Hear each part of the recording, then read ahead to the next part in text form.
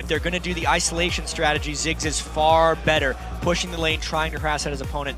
I really wonder what Faker's going to put against him, but they have the freedom to wait near the end of their pick ban phase. So we are going to see a new jungler finally here for Bengi. We've seen him playing Evelynn twice so far. This time around, we see a Lee Sin coming in. It could, of course, always fall into that top lane, but I think more likely at this stage to be with Bengi. We'll have to see. Also taking Leona for Mandu. Yeah, surprising that he picked that with Eve on the board. Obviously, Eve going to the other side with the Lee Sin. I think he's going to do that Sightstone build, go for vision control, which means they do need a fair bit of damage out of Faker's pick in the mid lane if they go for something. So, on the other side then, Evelynn, as you mentioned, that was open for Bengi if he would have wanted it. Not anymore, though. That will be taken away for OMG. So, PoMoLoL will have Evelynn, and they take the AD carry as well this round with Lucian for Sun. Control over Urgot right now from Piglet. He doesn't even have to pick his role. At this point, they're most likely just picking both of their solo laners. They know exactly what they would be matched up against. They just don't know OMG's support pick. I'm actually expecting a fair bit of team fight utility coming in from those things because they already selected Leona on Twitch. Well, definitely running down the clock on this one, our SKT. And just a few seconds to go, we see a switch coming out there. It's going to be Orianna in the mid lane for Faker and Trundle for Impact in the top lane. Now, Faker has shown that he can play Orianna quite well. He played a lot of it actually at the Season 3 World Championships against Gragas when he had to, but he actually hasn't played an Orianna game during the OGN season or the NLB season that he got dropped down into. So a little bit of a break from the norm, so to speak, for Faker, at least this split. He's going to need that shielding and wave clear to try and keep up with Ziggs. Did play it a couple of times in Masters, though, if we want to stay in Korea there. 1 win, 1 loss on Orianna. We'll see how he does in this one, because this is basically the top spot game right here. The chances of this being the one that decides who finished first, pretty much done and dusted. On the other side, OMG taking a while here. Support pick is what we're looking for Alan. As we said, he's played Thresh and he's played Annie so far. Thresh banned away. Will he go for Annie again? No, he won't. He's going to pick up Nami. Yeah, you can see they have a lot of long-range potential poke with the Ziggs here. It is his second most played support.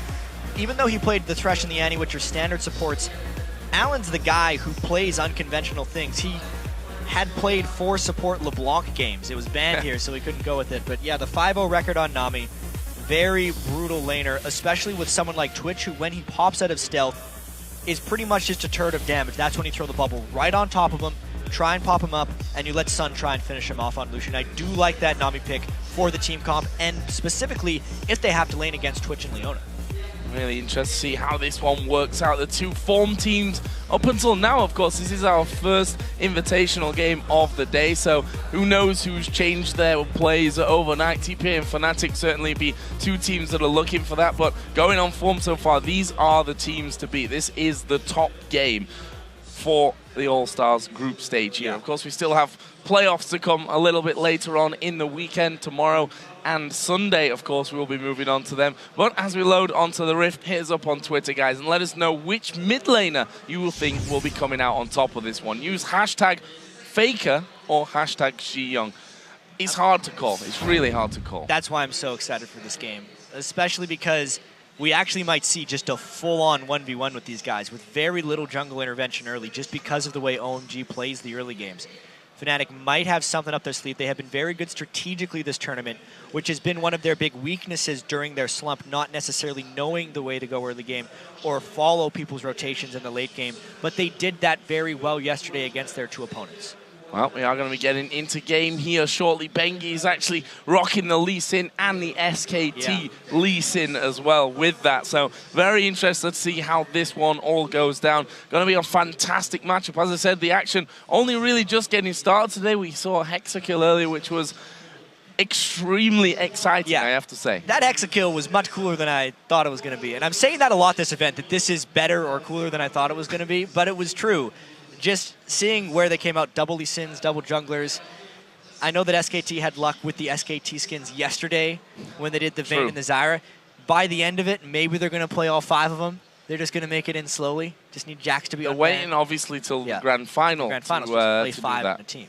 Yeah. I'm not sure if that'll actually happen, or maybe if they'll even get to that grand final. Who knows what happens further down the line, especially when we get into those best-of-3 semi-finals, which obviously are a lot more adaptive. As you can see on your screen there, looks like Faker just having a couple of little issues, but we do have the admins behind him, so they shall be working their way through that one. Hopefully we can get this one kicked off in the meantime. However, it does give us a little bit of time just to talk more about these teams, the scenario, the head-to-head so far. Of course, I mentioned it right at the start. 1-1 is their record from Worlds last year.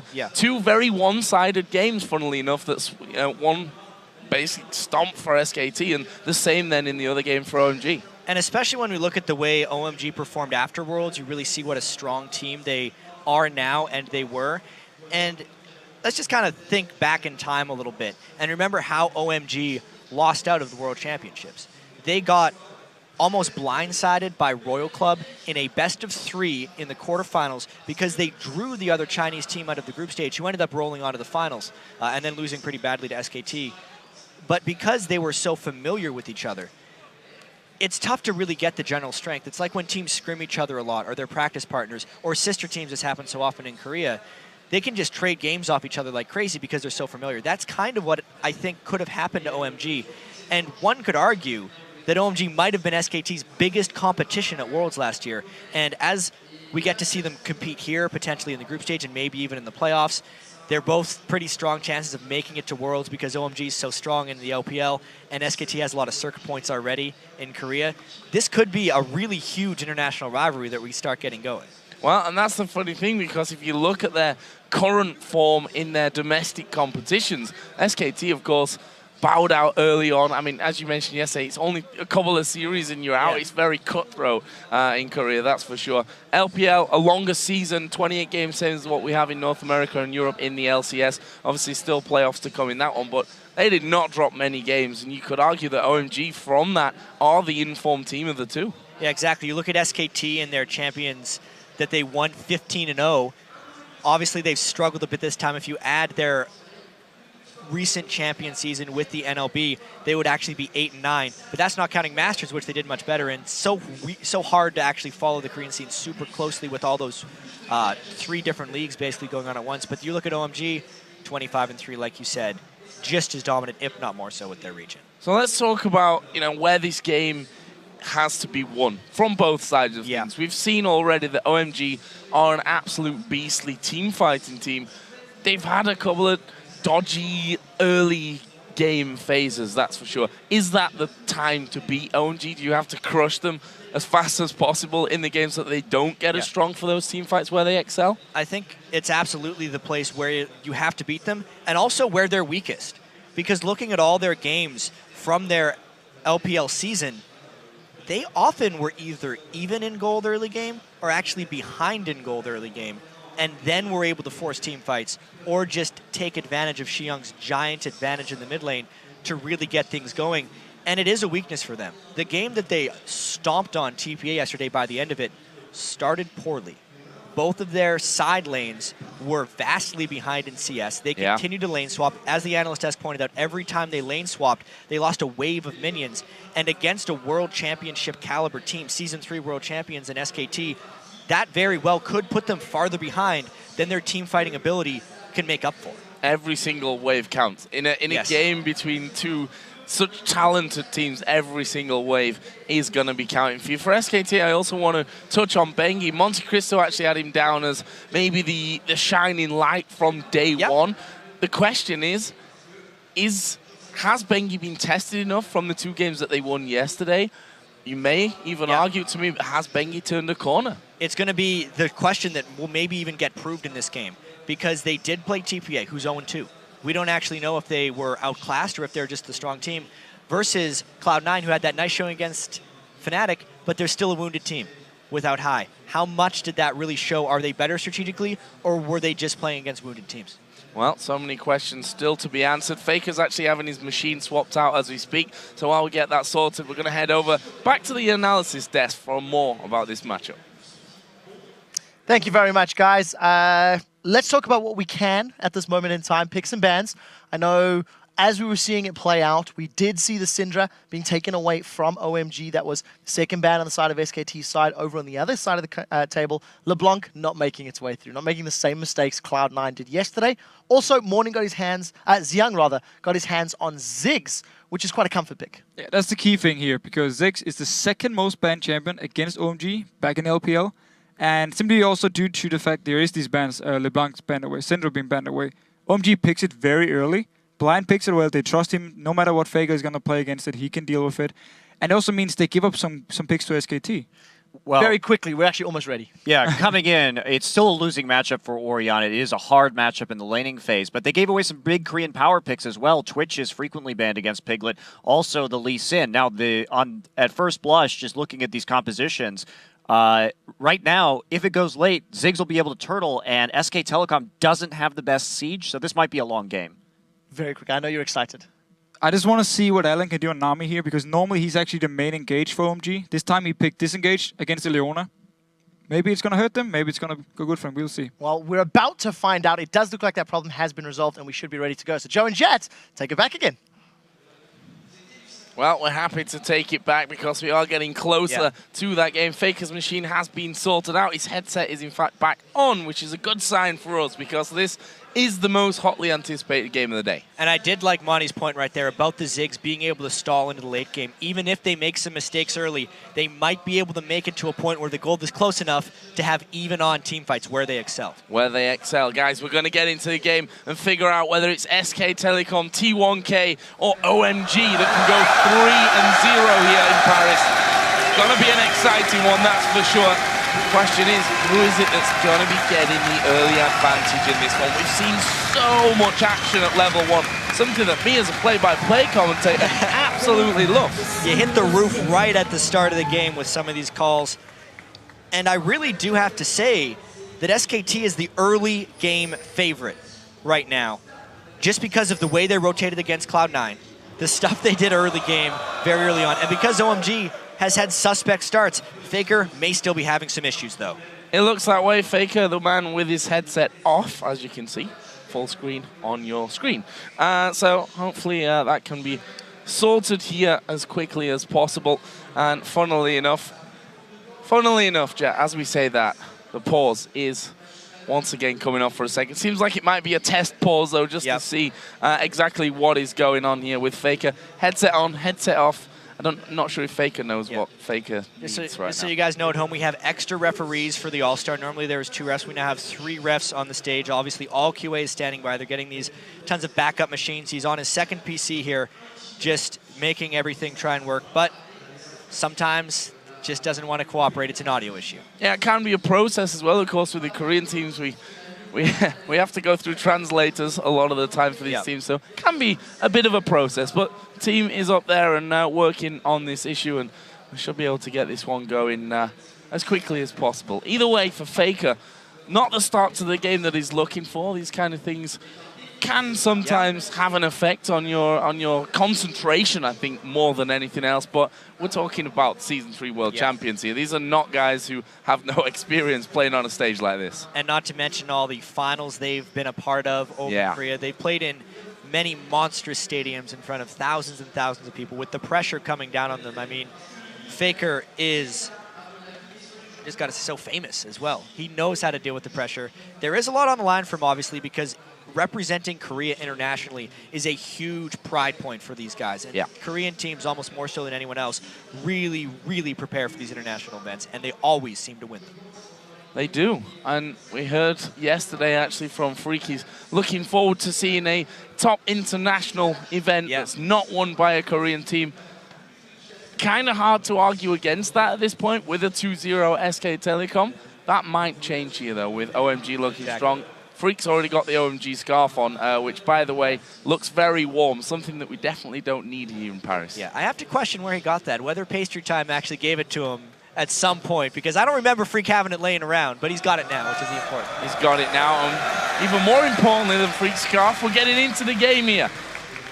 Are we going to see anything at level 1? We were just less than a minute into the game when we had that last pause, and as such, nothing really happening. Pretty much a line defense spread out across the entire map here.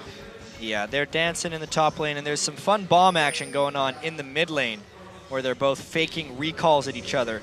Xiang has already tried to cancel and throw bombs every once in a while, but Faker hasn't let a single one land.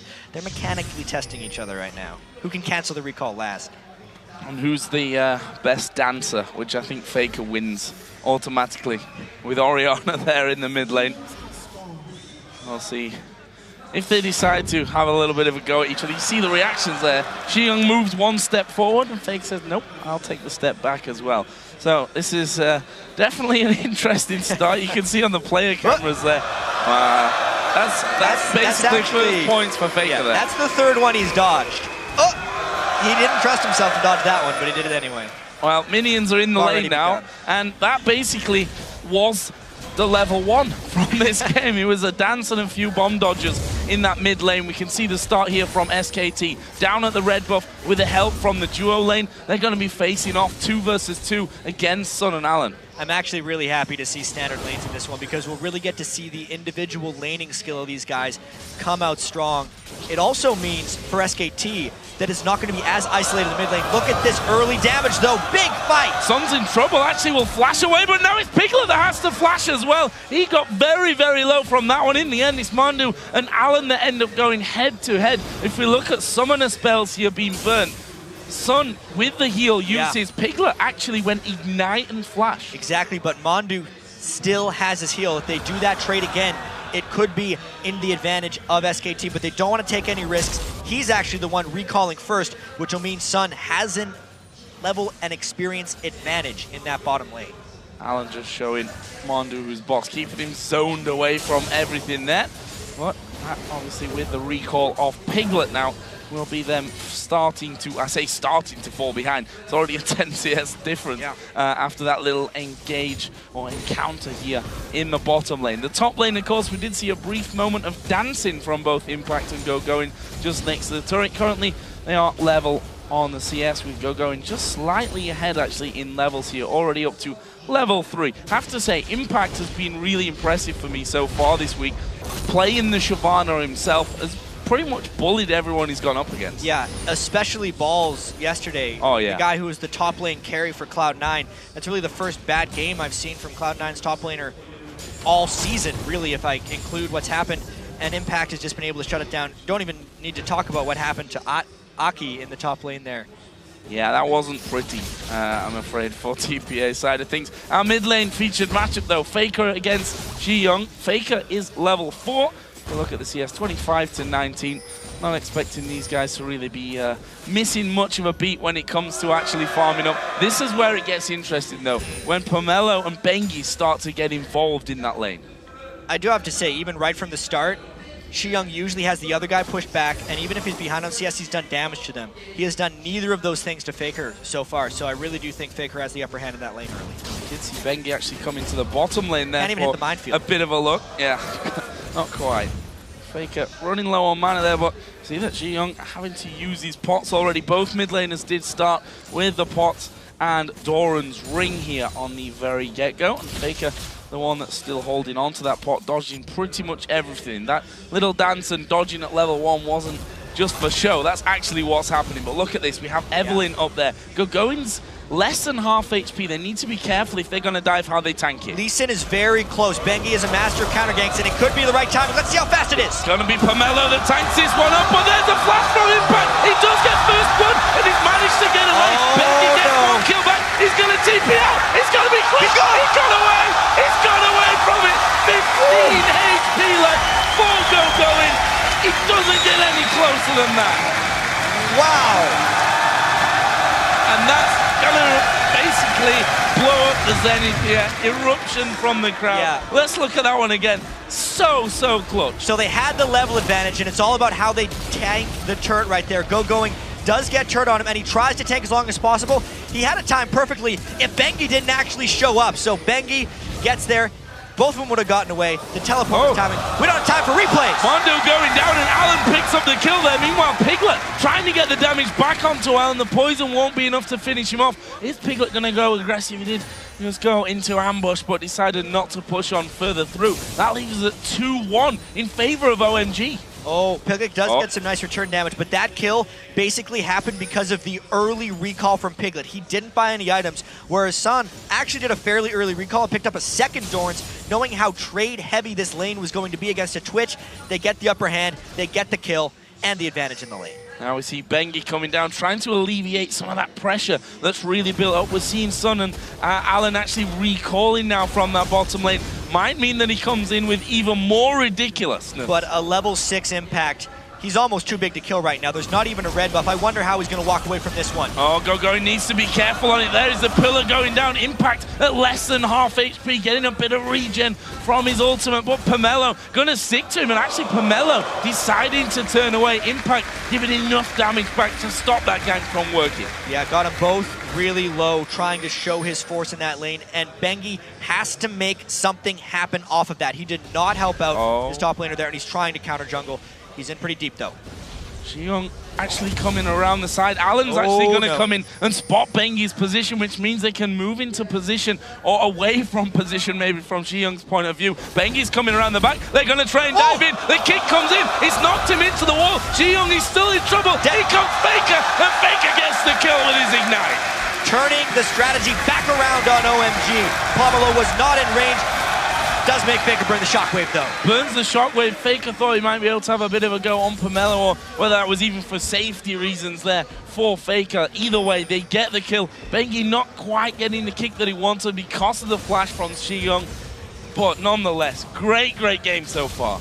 And I really do have to say, as far as OMG's overall strategies go, a death onto their mid laner is far more punishing than the kill that they got onto Impact. These are mid lane focused teams, even more so for OMG. The fact that he is now down a substantial amount of CS to Faker, as well as a kill, is going to be very difficult to deal with. The boot almost on the other foot. We saw Xiong yesterday having so much more farm than his opposite number. That's not going to be the case in Faker. Look at this coming around, trying to have a bit of a go at the blue, but Xiong already throwing his bomb down from that one, making sure that he doesn't lose out. Going to take a pink ward with him as well. Didn't even take much damage from the minefield. I'm ridiculously impressed with how well Faker's dodging pretty much every single skill shot Xiong throws against him. It doesn't seem like he takes damage against Ziggs right now.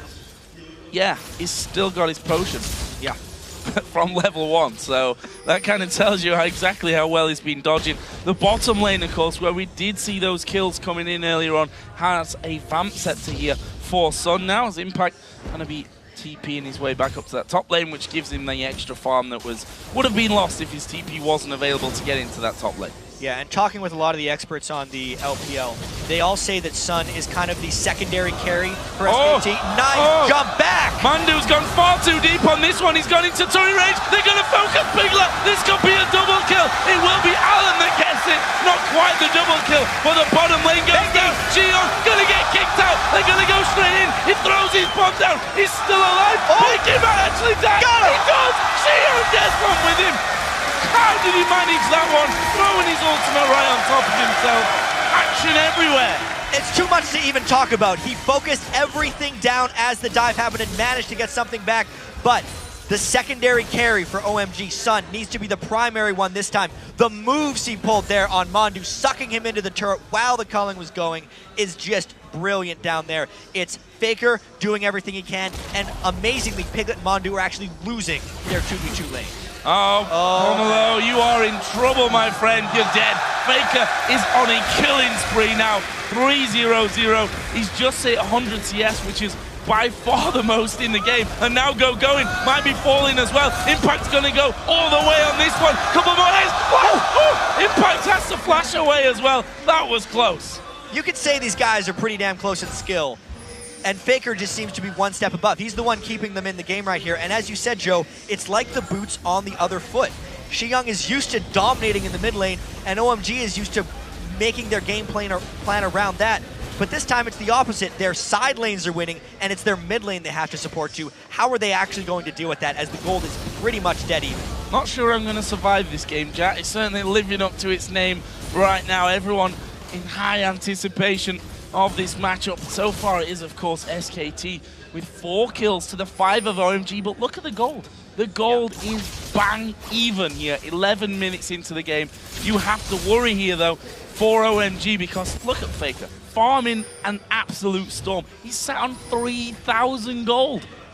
That's bad for OMG at this point. He's got a 2-level advantage on Xiyoung, and those bubbles are just seemingly seeking misses right there, but he gets stunned up. Allen in trouble. Oh, there's a tidal wave coming out. Mondu's going to fall low, but they do get the kill. San not going to stick around there. Is he going to try and jump Piglet? That wouldn't be the best idea. Flashes away as the Zenith play comes through. I was going to mention it's a bit of a weird build by Sun right here, building a Sheen first. He's going for a Triforce. You often see in either Bloodthirster or Phage, but more action. Going caught up top. Are they going to dive? Nope. Question answered on that one. Going did have his ultimate available if needs be, but look at this. PoMoLo is down in the bottom lane. He's giving his position away now, but he doesn't seem to care. It's Mondu that he wants to get in on. Here comes Xiyoung as well from the mid lane. Is he going to throw the ulti down? Good slow from Piglet, and what looked like could be impending doom for Mondu is an escape quite cleanly. Yeah, Xiyoung is way out of his comfort zone right now. He had to roam down because he wants to stay away from Faker, using his ult just to save that. That's what Ziggs is able to do. It's one of the versatilities of the champion,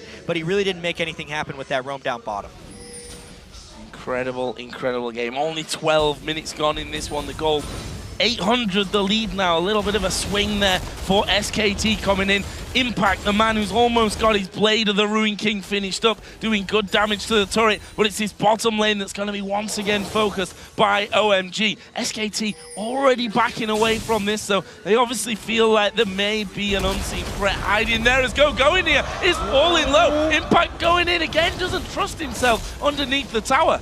They are so close in this top lane. Going is losing out, though, because he's the one having to use his turret as a defense mechanism, losing in CS to Impact despite getting a kill on him early. Oh, Mondu throws out the Zenith Blade, didn't catch Allen. Evelyn is still waiting, but look at Bengi on the minimap. He's moving around to this bottom side as well. We could see a 3v3 fight breaking out. There's a solar flare. They're going to go for Allen. They hooked him up there. Can they finish him off? Bengi's going to come late to the party. Mondu actually going down. Allen is ticking. He's used the heal in this one, and he's got enough to survive it. And can you believe it? SKT start off the fight, and there you see the danger once again of the Evelyn. The Evelyn has been big stuff for PoMoLo, but honestly, that's now 2 lanes that are starting to lose solo for OMG. It's going to make it difficult for them to pull this one to late game. Did point out in the team compositions that SKT doesn't actually have much siege based on the wave clear of OMG, but Xiyoung is going to need to get a lot more farm onto Ziggs in order to stall out like that. It's really just this bottom lane that is the last vestige of advantage for OMG in this match. Sun's level 9 there to the 8 of Piglet. CS definitely in his advantage. If we look at that mid lane, of course, that big lead that Faker had built himself up continues to be the case. His 3,000 gold was invested heavily. Athene's Unholy Grail already finished with Sorcerer Shoes and a Blasting Wand as well. Compare that to his opponent in this one, Xiyoung, who's basically got nothing. Only the workings of that Athene's Unholy Grail. I think he's going to go bite now, but he's way behind. 1,600 gold behind, to be exact. And that is unacceptable for OMG. And even though this seems very simple at the start of the game to say, oh, they're just doing standard lanes. Standard lanes aren't standard anymore, especially over in the games in the OGN or even for OMG. This is very good by SKT, trusting Faker to be able to beat Xiyoung in that 1v1 and getting repetitive ganks by Bengi. It's almost like Season 3 all over again for them, but SKT pulled it out at the right moment. Oh, they're going to go in towards Faker, but it's going to be a bait. Shockwave comes down. Ulti comes in as well. Bengi's going to go low, safeguarding away. They kick PoMoLo back, but here comes Xiyoung. Faker's going for the kill. He has to back up though. Allen's come around. Tidal wave comes in as well. Now Impact's coming down. Are they going to be able to pick up a kill? Faker doing good damage. Xiyoung goes very low. Can they finish him? His Impact that's in there right on top of them. Faker flashes in. Does he get the kill? Yes, they do in the end. Now Xiyoung is focused. Bengi falls. It's Allen on the top side. It was a double kill for Mondu. They're going to let Allen walk away. A 2 for 2 in the end. These fights are so close that supports are the ones that end up taking up the last kills because they're just trying so hard to finish people off. And honestly, Faker, aside from the one that killed him, just doesn't get hit by skill shots, it feels like. Watch this. Faker bursts down, going way faster than he expected. because there was no magic resist, but then just track how many things miss Faker because of a sidestep. Xiyoung throws that one thing, misses him with the satchel charge, misses him with the minefield, misses him with another bomb, dodges the tidal wave. He is just getting away from everything, and it is the only reason SKT came out close to even in this one, because OMG were at the point earlier. Look how late Leona comes in at this point. The fight could have easily been over. Finally, the last one hits Faker, and we get the kills traded on both sides. Ridiculous mechanics displayed in that team fight.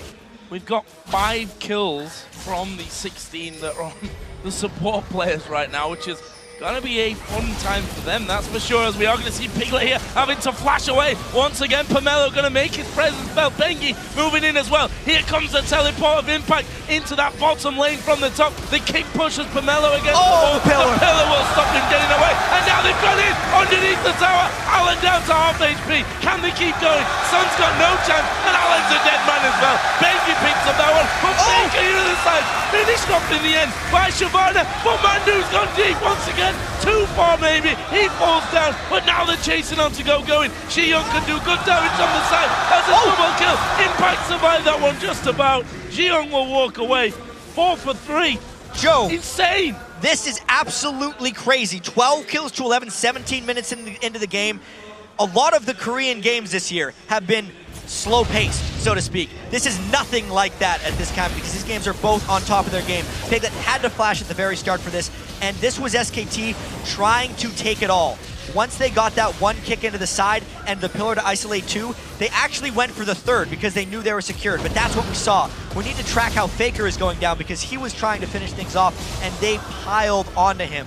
But because of the formation of the map right now, they ended up just running into each other, always collapsing in. A missed skill shot right there by Mandu that they could have needed later to end up that chaotic fight. At the end of it, it was 4 kills to 3 kills, and SKT with a bit larger lead. And it's only a bit as well. 20 minutes almost into the game. This will help, though. We're going to see a Dragon. If they can finish this one off, that will give a good lead over to SKT. However, they need to be careful here. Piglet getting destroyed by Sun. Tidal Wave going to come through. There's a shutdown. Sun might die from this one. Again, the Solar Flare from Mandu locks him up. Allen now is going to be chased around the side. Evelyn's coming in here. We've got Bengi. We've got Faker. Been deserted. Moving in as well. They're going for Allen. You're not surviving this one, I'm afraid. They could even tank up that tower and take it down. We actually saw the teleport coming in from Impact. No, it was a recall. Sorry, I'm telling lies. Because that top lane had been pushed so heavily. Going, getting the outer, working on the inner. The outer mid lane is being pushed as well. SKT reply with the outer bottom lane turret of their own. Yeah, and the mid one. Even in a game as chaotic as this, every action does have a reaction, and Going has to use that Blade of the Ruined King to try and escape. Makes it pretty quick. Just trying to look at this game from a higher level at this point. It is still very close, and the siege defense is going to be very key for OMG when the game gets to that point. But for now, they're too busy fighting. Oh, Impact knocked back by the satchel charge. The minefield will slow him somewhat. Can they finish him off? Yes, they will. Piglet's off as well. May feel like they could have gone for that one, but safety, the name of that game for them. They'll take quite happily the kill onto Impact. Piglet is actually getting punished for a lot of his positional moves this game. It is a very good champion select by OMG after the fact in this game, because remember, that was a Twitch first pick. So OMG got to build their entire composition around trying to punish a rat as soon as he comes out of stealth. That's what the Nami is doing so well with those bubbles every single time he pops in that lane. And that's what Xiyoung did with his Ziggs AoE the instant Piglet tried to turn. Let's try and get to items, shall we? Let's try. I tried a couple of times, but basically just gave up on it after a while. Mid laners in particular I want to look at. While Xiyoung had a horrible laning phase in terms of farm, he's now picked up 4 kills, died only one more time here than Faker. We can see Rabadon's death cap added into his Athene's. On the other side though, Faker still ahead when it comes to the items. Athene's Void Staff, needlessly large rod now out as well. And Faker actually tends to go to Void Staff before death cap fairly frequently in games. It's one of the things he likes to do. Xiyoung, though, only 600 gold behind, as opposed to the 1,500 he was before. So once the team fights started happening, as OMG's strength dictates, they started catching up a little bit. This is a duel, though. This is a duel. Going, chased down by Impact, and Impact again, turning back at the last second. Sun here finishing off finally that bottom turret. Yeah, finally, as you say, with the Trinity Force, that's a faster turret pushing build for Sun. I do want to touch on Faker's Void Staff build a little bit, though, to kind of explain why he does it. It gives him more neutral target selection as far as who he gets to hit. And with the game as chaotic as it is now, and jumping on him so frequently, he wants that magic resist to just try and blow through him if he does get some MRO on that Shyvana. OMG here playing a very sneaky game, moving through the bottom side of the SKT jungle. Of course, they have Pomelo, who can do that a little bit easier than the rest. Funnily enough, if they'd have gone a bit north, they would have maybe found Piglet, but they spotted Alan. He gets caught up in this one, locked up by Mandu, puts some good damage back onto Piglet, but he's not going to escape from it. Piglet gets that kill. Now Pomelo caught inside of the SKT jungle as well. There's the kickback towards Faker, who throws in the ball and picks up the kill. Pretty big positional mistakes right there by OMG. They were trying to set up more punishment for Piglet, but as they're so used to not having to deal with, their mid lane has lost control, so they couldn't make those aggressive moves into the jungle because they're the ones that get collapsed on now. This Baron may be indefensible with their jungler and support down, but they're going to try. Baron Nashor at half HP, going is maybe the savior of this one. Ziggs is coming in though, and he has his ultimate. That could be the big one here for Ji-Young. He's actually going to throw that in. That knocks Impact low. There's a call in from around the side. Mandu's going to tank it up though, and they pick up Baron. Now they're going for going. The shockwave lands. He tries to dive out with the Dragon's Ascent. He's going to get away from that one as well. Just about. Almost went down. He's going to try and lifesteal there from the golems, but good Baron, solidly picked up. You have to give credit to Mondo as well for for tanking up the entire Cullen from the side. Yeah, he's taken those kills to build a lot of nice tanky items as well, so it helped him survive. That was a very decisive call there by SKT after they caught a few people of OMG out of position, immediately turning it to perhaps a insurmountable advantage. That's what SKT always loves to focus in. It's a 4,000 gold lead, and now the question will really be about whether they could break through an OMG turtle, because that's exactly what OMG has to do now. They do have the death cap on Ziggs, so they can push out turrets very effectively. Returning to that top lane there as well. A big wave of farm pushed in his general direction. He's currently leading the CS battle on that front, got more kills. Less assists overall than impact from this one. Here is Piglet. This is where the Twitch. You've got to be scared of the Twitch. Piglet's going to go straight on top of Sun. There's the slow coming down. Blade of the Rune King active, not actually used there. And Sun is going to throw down the Culling. Well, here comes Bengi from the side. Can he get in position? Oh, Alan going to be spotted. Bengi goes further north.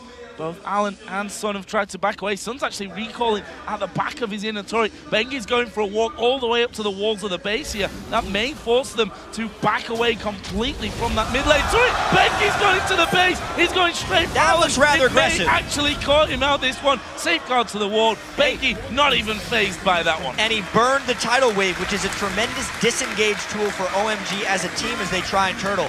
That was a really nice, aggressive solo move by Bengi. He did not rely on anyone else for that one. Oh, solar flare goes in. Bengi again, in behind the inhibitor turret. He focused Alan for a while. They're going to put some damage back. Piglet goes low as well. Meanwhile, in the top lane, Impact split pushing away. They do pick off Lee Sin in the end. OMG starting to move out, but they've lost that inner turret in the top.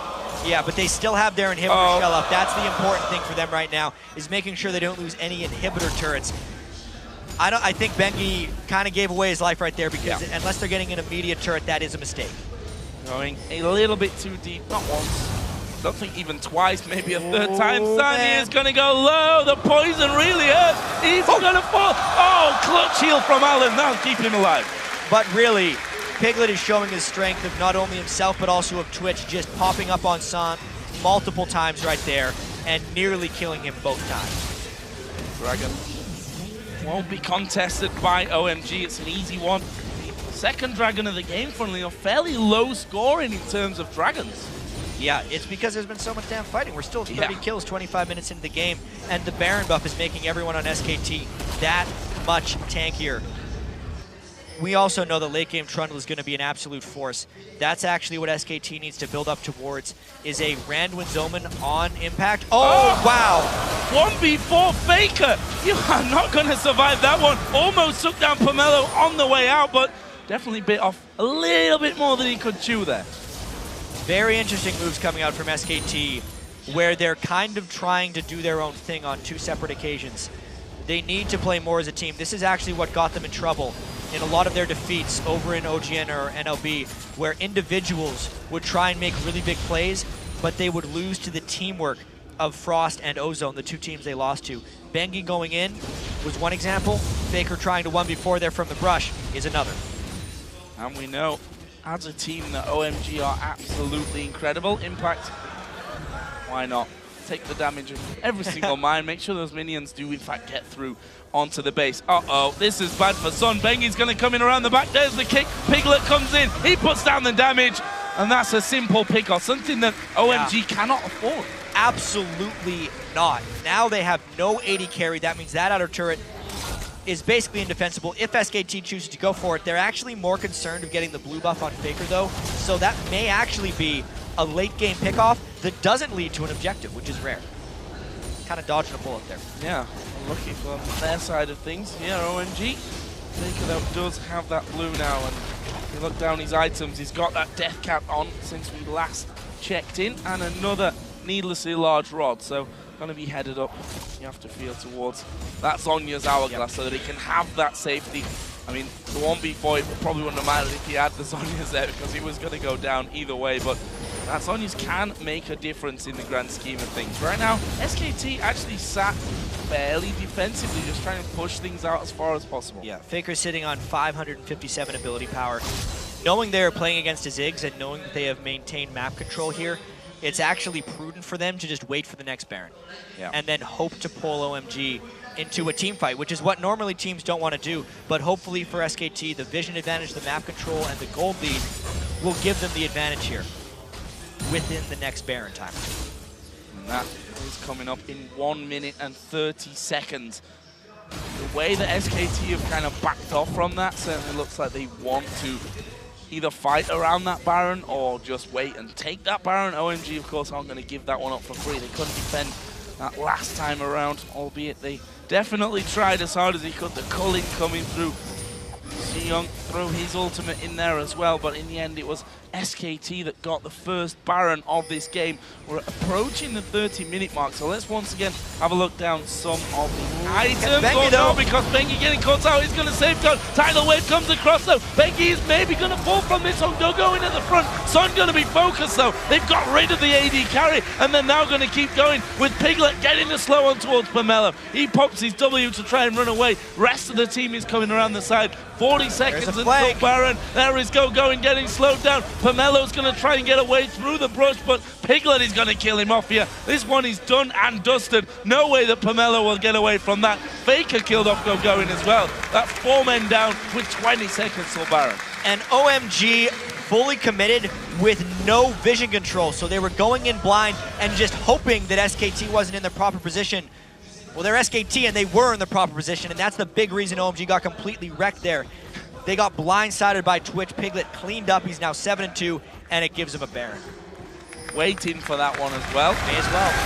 Bit of a dance before they celebrate another Baron. Second one of the game here for SK Telecom T1K. Alan is the only person around. If you can steal a Baron with Nami, then you're doing something right overall, but not even going to try it. That's the second Baron of the game, going to SKT. Yeah, honestly, he would have been doing something wrong if he tried to get it with Nami, because he'd be way too open to getting picked off and losing the game from a push. Now we get to take another look at this. See, when they caught them, they went so far in, but there was an Orianna and a Twitch who just get straight to San and Alan. Faker doesn't even have to do anything. It was just Piglet that cleaned them up right there. And they don't even get Bengi. That escape from Bengi, getting the ward down, and, well, of course, it was then just a chase to victory. And this is another thing about having Trundle plus Orianna in their team comp. No escape. The pillars and the move speed by Trundle will secure kills if they can force battles in the open field like that. And once again, Twitch, as you mentioned, just showing, I mean, we've seen it already a couple of times from Piglet. He's now got 7 kills to his name.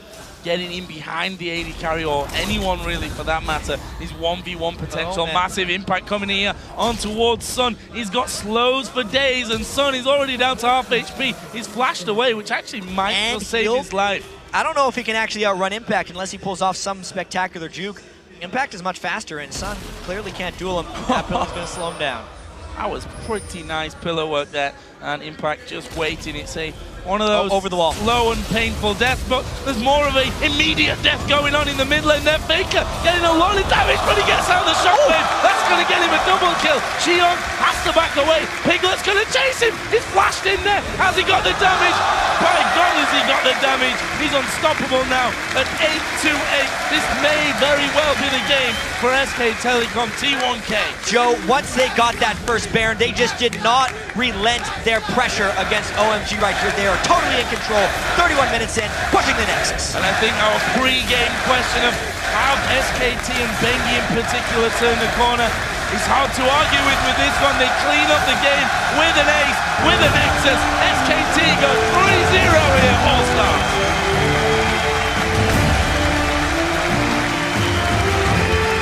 And the crowd was absolutely so loud after that one. They're happy to see SKT back at the top of their game. Bengi ganked enough for Faker to let him destroy Xiong in that mid lane. Even though Piglet and Mandu couldn't take down that lane 2v2, they were still vastly superior. You can see OMG stunned. Absolutely gutted about that one because they had some very good signs in that game. Yeah. The bottom lane in particular started out so well for them. They forced Piglet incredibly early when he had just 2 CS to recall back into base. They couldn't bring that through though, and by the end Piglet was just out of control. Piglet went absolutely nuts on Twitch. That's one of the big reasons they're willing to first pick that champion. Knowing that against OMG, you're often going to have to come down to team fights, they made sure to pick a pretty damn good team fighting AD carry. And Piglet had his positioning later in the game, even if he didn't have it in the game. Absolutely incredible game. Certainly left me breathless, I think is the right word. You don't in expect a couple of different areas. You do not expect a 26 to 15 kill game. No. When you're seeing potentially the two best teams here. 31 minutes that game actually felt a lot longer. I think because we had so much action, there were only 2 Dragon pickups. Yeah. There were exactly as many Baron pickups in that game as there were Dragons. That just shows you how Dragon was not really a major factor for the concentration of both teams. It's because there was so much else happening within the map, they almost didn't even have time to go over to the Dragons and pick them up because they were more worried about the top lane battle, the mid lane battle, getting picks, going for Baron, things like that ended up happening. Impact, I want